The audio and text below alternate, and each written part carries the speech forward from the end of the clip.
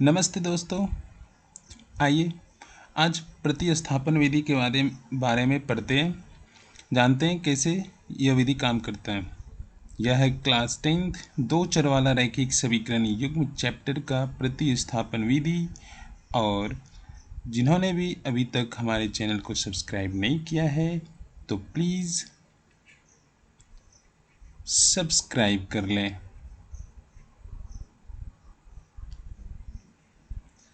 और लाइक्स भी कर दें। उन स्टूडेंट्स तक पहुंचा दें जो अभी क्लास 10th में पढ़ रहे हैं, जिनको 2025 में एग्ज़ाम देना है। तो इसका अर्थ हुआ शेयर भी कर दें। तो सेशन स्टार्ट करते हैं।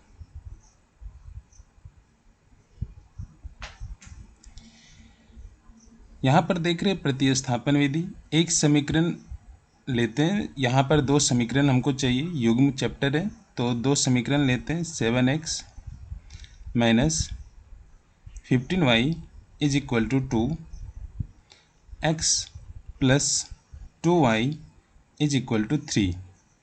हम दो समीकरण लिए, ये है समीकरण फर्स्ट, ये है समीकरण सेकेंड। ठीक है,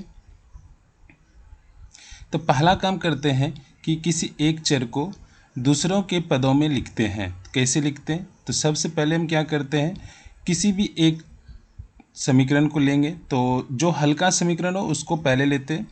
तो सेकेंड समीकरण है, थोड़ा इजी है। यहाँ से हम x बराबर वैल्यू निकाल लेते हैं। तो ये जो x बराबर वैल्यू होगा तो वो हो गया x is equal to 3 minus 2y। ये जो 2y है इस साइड आ जाएगा तो ये इधर प्लस में है, वो उधर जाएगा तो माइनस में हो जाएगा। तो ये हो गया इक्वेशन थर्ड। ठीक है, तो अब क्या करते हैं, इस x के मान को, ये जो x का मान है, हम समीकरण 1 में रख देते हैं। मतलब कि समीकरण 3 को समीकरण 1 में रखते हैं, या फिर हम इसको इस तरह से भी लिख सकते हैं कि x का जो मान है, x का मान समीकरण 1 में रखने पर, तो एक समीकरण 1 मेरा है 7x minus 15y is equal to 2। तो यहाँ पर x के जगह पर हम रखेंगे, तो x के जगह पर हम ये पूरा मान रख देंगे। x की जगह पर हम ये पूरा मान रख देंगे 3 माइनस 2y। ठीक है, तो यहाँ पर हम मान रखते हैं 7 into 3 minus 2y minus 15y is equal to 2। ठीक है, अब इसको सॉल्व करते हैं। 7 को 3 से मल्टीप्लाई करना है तो ये हो गया 21, माइनस 7 को फिर माइनस 2y से मल्टीप्लाई करना है तो ये हो गया माइनस 14y, इधर माइनस 15y है, बराबर 2। अब यहाँ पर हम देख रहे हैं कि मेरे पास यहाँ एक अचर पद है, यहाँ पर अचर पद है और इधर भी अचर पद है। तो हम दोनों अचर पद को एक तरफ ले आते हैं, मतलब इसको हम दाएं तरफ ले आते हैं।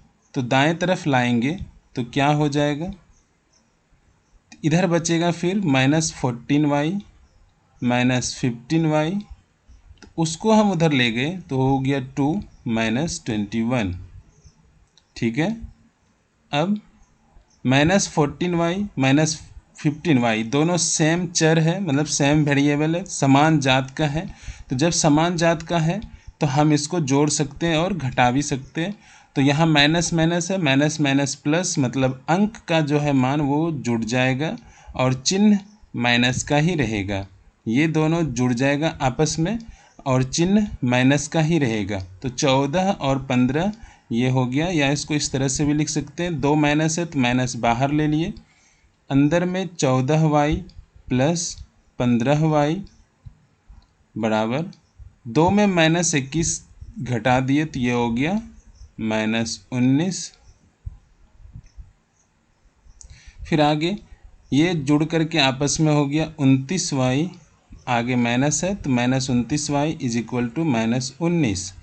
तो ये माइनस माइनस कैंसिल हो गया, तो y इज इक्वल टू हो गया 19/29।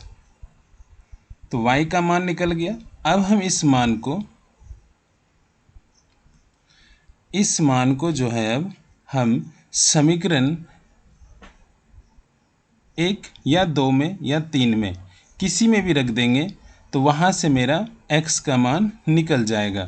तो हम जो समीकरण निकालें या समीकरण 2 में हम रख देते हैं मान, ठीक है। इस y के मान को हम समीकरण 2 में रख देंगे तो x का मान निकल जाएगा, या चाहे तो समीकरण 1 में भी रख देंगे तो उससे भी x का मान निकल जाएगा, या फिर बाद में जो ये नया वाला समीकरण बनाए हैं इसमें भी हम y का मान रख देंगे तो x का मान आ जाएगा। सभी x का जो मान होगा वो बिल्कुल सेम ही होगा, ठीक है। तो हम क्या करते हैं, तो समीकरण सेकेंड में रखते हैं क्योंकि ये थोड़ा इजी है सॉल्व करने में, ठीक है। तो समीकरण 2 में यहाँ लिखेंगे, समीकरण 2 में y का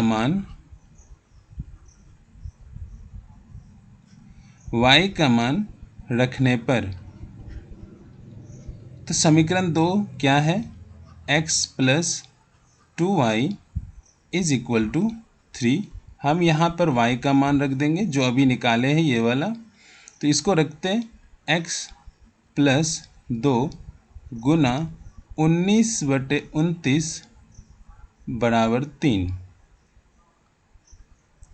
तो x + 38, 19 गुना 2 38/29 बराबर 3। ये हो गया। x को इधर ही रखेंगे, उसको दाएं तरफ लाएंगे क्योंकि ये अचर पद है और ये भी अचर पद है, तो दाएं तरफ ले आते हैं, एक तरफ हो जाएगा सभी अचर पद, ये इधर प्लस में उधर जाएगा तो माइनस में हो जाएगा, तो 38/29 माइनस में आ गया।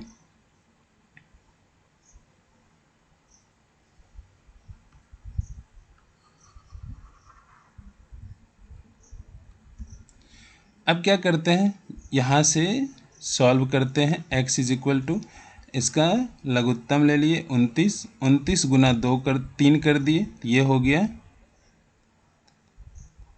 87 माइनस 38। इसको जब घटाते हैं तो ये हो गया 49/29। तो मेरे पास x और y दोनों का मान निकल गया। तो फाइनली हो गया x का मान हो गया 49/29 और y का मान हो गया 19/29, ठीक है। तो अब इस चीज़ को जांच करने के लिए हम x का मान और y का मान अगर हम समीकरण फर्स्ट या सेकेंड किसी में भी रख दें, समीकरण फर्स्ट या सेकेंड किसी में भी रख देंगे, तो अगर हम फर्स्ट में रखते हैं, सेकेंड में भी रख सकते हैं, तो ये 3 आना चाहिए। मतलब कि अगर हम बायां पक्ष में हम x और y का मान रख देते हैं, इसमें x और यहाँ पर y का मान रखते हैं, तो दायां पक्ष के बराबर आंसर अगर आ जाता है तो मेरा आंसर सही है, अगर नहीं आता है तो मेरा आंसर गलत है। हम इस तरह से परीक्षा में भी खुद से चेक कर सकते हैं, ठीक है। तो प्रतिस्थापन विधि को और अच्छे से देखना है, या अगर कुछ और चीज़ छूट गया समझ में नहीं आ रहा तो आप हमें बताएं, हम फिर से समझा देंगे।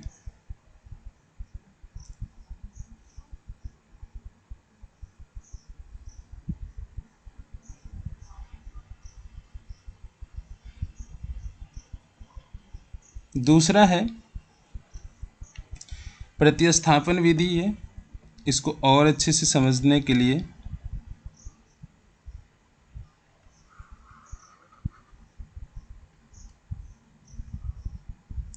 यहाँ कहता है, एक क्वेश्चन है, कि आफ़ताब अपनी पुत्री से कहता है 7 वर्ष पूर्व मैं तुमसे 7 गुनी आयु का था। तो यहाँ पर ध्यान देने वाले सेंटेंस पर ध्यान देना है। सारा चीज़ सेंटेंस में ही है। अगर सेंटेंस समझ में आ गया तो समीकरण लिखने में दिक्कत नहीं होगा, और एक बार समीकरण लिखा गया तो वो फिर आराम से बन जाएगा। 7 वर्ष पूर्व मैं तुमसे 7 गुनी आयु का था।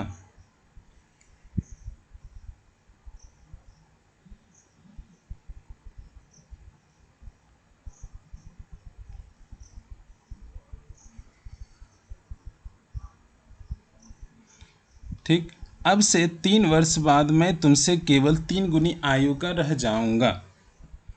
इस स्थिति को बीजगणित एवं ग्राफीय रूपों में व्यक्त कीजिए। तो कौन कहता है? आफ़ताब अपनी पुत्री से कहता है।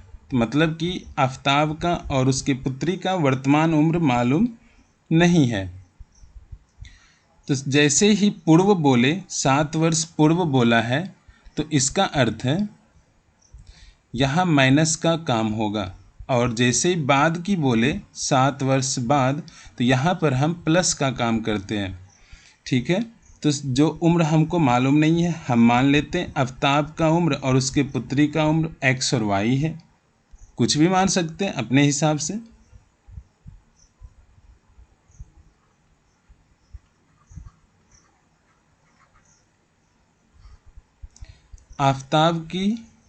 आफ़ताब का उम्र x वर्ष ले लेते हैं और उसकी पुत्री का उम्र जो है हम y वर्ष ले लेते हैं। अब कहता है, आफ़ताब अपनी पुत्री से कहता है कि 7 वर्ष पहले, मतलब कि स्थिति जो है वो 7 वर्ष पहले की है। 7 वर्ष पहले मैं तुमसे 7 गुनी आयु का था। मैं मीन्स x, आफ़ताब 7 गुनी आयु का था। तो सबसे पहले तो 7 वर्ष पहले करेंगे तो आफ़ताब का उम्र क्या हो जाएगा? जब 7 वर्ष पहले जाएंगे तो वर्तमान उम्र से 7 वर्ष पहले जाएंगे तो उसमें 7 वर्ष घटा देते हैं। तो x माइनस 7 वर्ष हो गया, ये हो गया आफ़ताब का, और उसके पुत्री का हो गया y माइनस 7 वर्ष। यहाँ तक कोई दिक्कत नहीं। अब अगला कंडीशन है कि 7 वर्ष पूर्व मैं तुमसे 7 गुनी आयु का था। 7 वर्ष पहले दोनों का उम्र निकल गया। ठीक, तो मैं तुमसे 7 गुनी आयु का था। इसका अर्थ हुआ कि x माइनस 7 जो है वो y माइनस 7 का 7 गुनी आयु का, मतलब गुना 7, इतना कह रहा है। इसका अर्थ यह हुआ। तो इसको हम हल करते हैं तो x minus 7 is equal to 7y minus 49। तो चर को एक तरफ ले आते हैं तभी समीकरण बनेगा। तो x माइनस 7y, अचर को एक तरफ ले आते हैं तो इधर माइनस 49 है और ये 7 जो है इधर लाएंगे तो प्लस हो जाएगा, +7। तो ये फाइनल मेरा एक समीकरण निकल के आ गया सामने। तो कौन सा आ गया समीकरण? x माइनस 7y, और ये हो गया इज इक्वल टू -42। ये हो गया समीकरण फर्स्ट। क्योंकि अब इसके आगे ये सॉल्व होगा नहीं, ये अलग अचर है, ये अलग अचर है, सॉरी ये अलग चर है, ये अलग चर है और ये अचर है। तो अब आगे कोई सॉल्व होगा नहीं, तो ये समीकरण बन के रह गया। एक समीकरण बन गया। अब फिर दूसरा कंडीशन कहता है 3 वर्ष बाद। तो 3 वर्ष बाद आते हैं।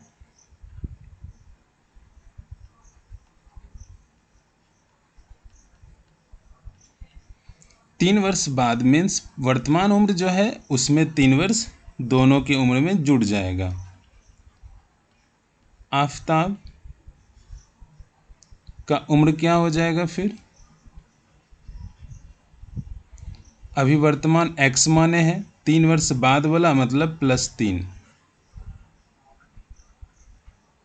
ठीक, उसके पुत्री का भी उम्र, दोनों की उम्र में 3 साल जुड़ेगा तो y + 3। तो ये 3 साल बाद दोनों का उम्र बन गया। अब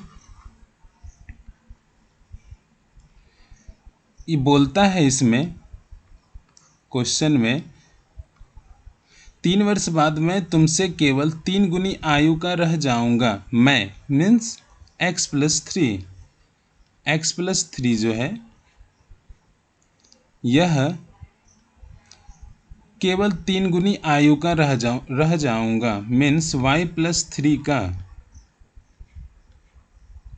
3 गुना गुना 3। अब यहाँ से इसको सॉल्व करते हैं। x+3 is equal to 3y+9, इस 3 से y में गुना किए और इस 3 से 3 में गुना किए। ठीक है, तो x+3 चर को एक तरफ ले आते हैं तो x-3y हो गया इज इक्वल टू 9-3 हो गया। फिर यहाँ पे x-3y इज इक्वल टू 9 में 3 माइनस करेंगे तो 6। मेरे पास 2 इक्वेशन बन करके सामने आ गया। ये इक्वेशन सेकेंड, ये इक्वेशन फर्स्ट, ये 2 इक्वेशन है मेरे पास। तो युग्म बन गया, रैखिक समीकरण युग्म बन करके तैयार हो गया। अब हम इसको हल करते हैं प्रतिस्थापन विधि से, मतलब कि किसी एक चर को दूसरे के चरों के पद में हम लिखते हैं। तो कैसे लिखते हैं, पहले दोनों समीकरण को एक जगह लिख लेते हैं।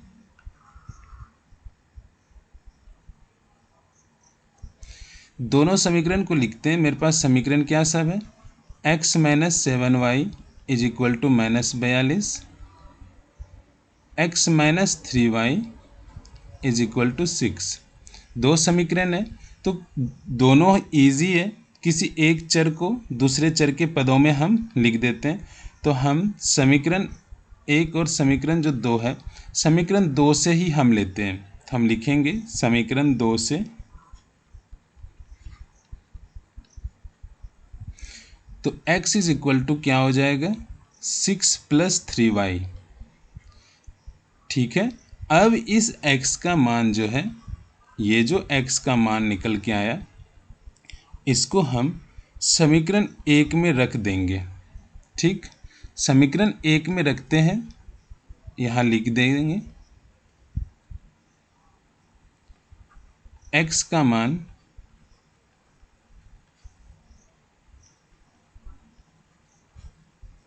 समीकरण 1 में रखने पर या x को समीकरण 1 में से प्रतिस्थापित करने पर, तो रखते हैं मान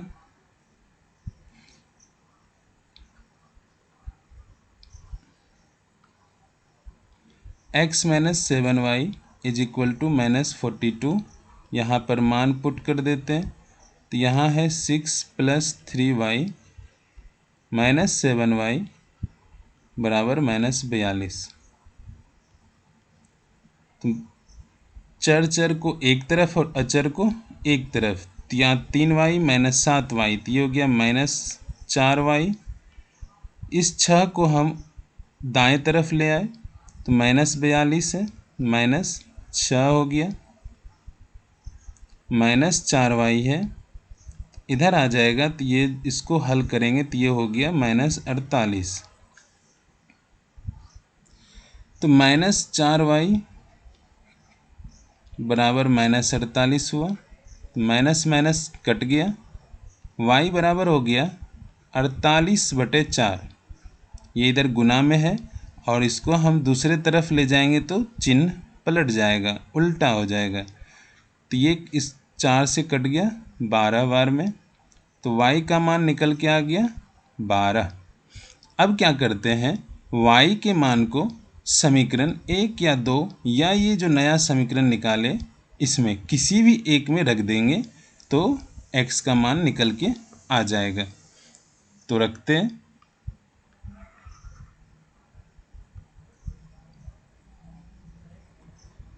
y का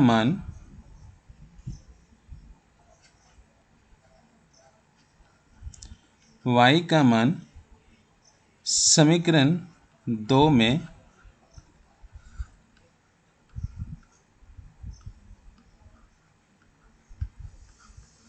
रखने पर, तो रखते हैं। समीकरण 2 क्या है? x minus 3y is equal to 6। इसमें मान रखते हैं, y की जगह पर 12 रखना है, तो x माइनस 3 गुना 12 बराबर 6। तो x बराबर, उधर ले जाएंगे प्लस हो जाएगा, 12 तिया 36, ये हो गया 42। तो x का मान मेरे पास निकल के आ गया, y का भी मान निकल के आ गया। तो सवाल में कह रहा था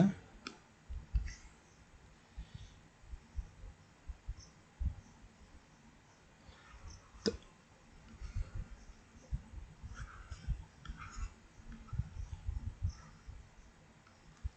x किसका माने थे? आफताब का उम्र। तो ये हो गया मेरा बराबर आफताब का उम्र। आफताब का उम्र कितना हो गया? 42 वर्ष। ठीक है। और y जो आया 12 वर्ष, ये था इसके पुत्री का उम्र। अब सवाल में कह रहा है कि इसको आप ग्राफीय विधि से दिखाइए, ग्राफ रूप पर दिखाइए। ग्राफीय रूपों में व्यक्त कीजिए। तो सबसे पहले हम क्या करते हैं, ग्राफ पेपर खींच लेते हैं। ग्राफ पेपर में हम x अक्ष और y अक्ष को अंकित करते हैं।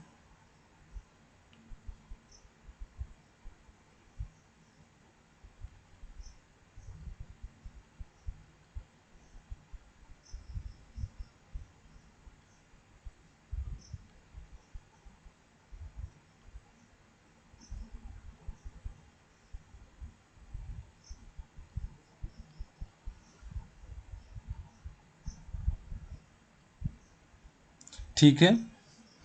तो x का अक्ष कितना है? 42 है x पर। और y का कितना है?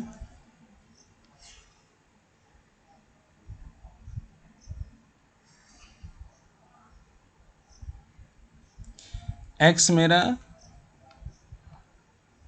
42 है और y मेरा 12 है। तो 42 है तो ये ज़्यादा बड़ा हो जाएगा। तो इसको छोटा करने के लिए अगर हम यहाँ से यहाँ 10-10 यूनिट का लें, ठीक है, यहाँ से यहाँ 10 ले लें, 20 ले लें, 30 ले लें, 40 ले लें, 50 ले लें। ठीक।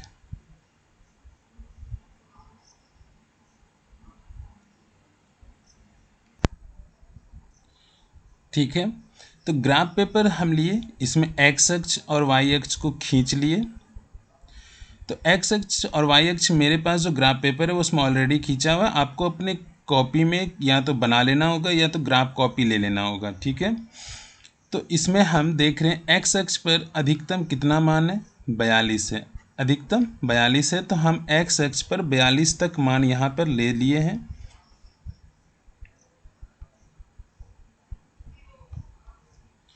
हम यहाँ पर अधिकतम 42 तक ले चुके हैं। ठीक है। और y पर अधिकतम 12 है, तो हम y पर भी अधिकतम 12 ले चुके हैं। अब हम इसको खींचते हैं। ये कहाँ पर मिलेगा जा करके? ये मिलता है इस पॉइंट पे।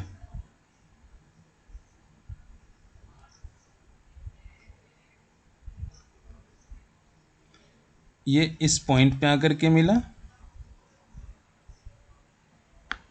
और इसका एक ही हल है।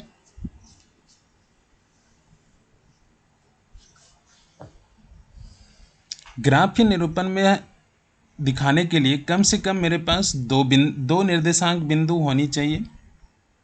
ठीक है। तो इसके लिए हमको और एक निर्देशांक बिंदु चाहिए। दोनों समीकरण का मेरे पास होना चाहिए अलग अलग निर्देशांक बिंदु, तभी इसका ग्राफ निरूपण हम कर सकते हैं।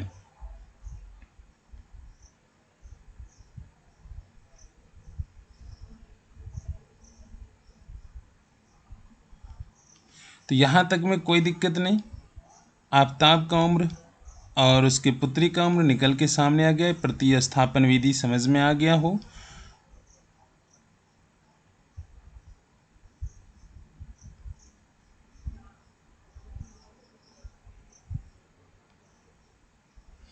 आज के लिए इतना है, फिर अगले क्लास में मिलते हैं।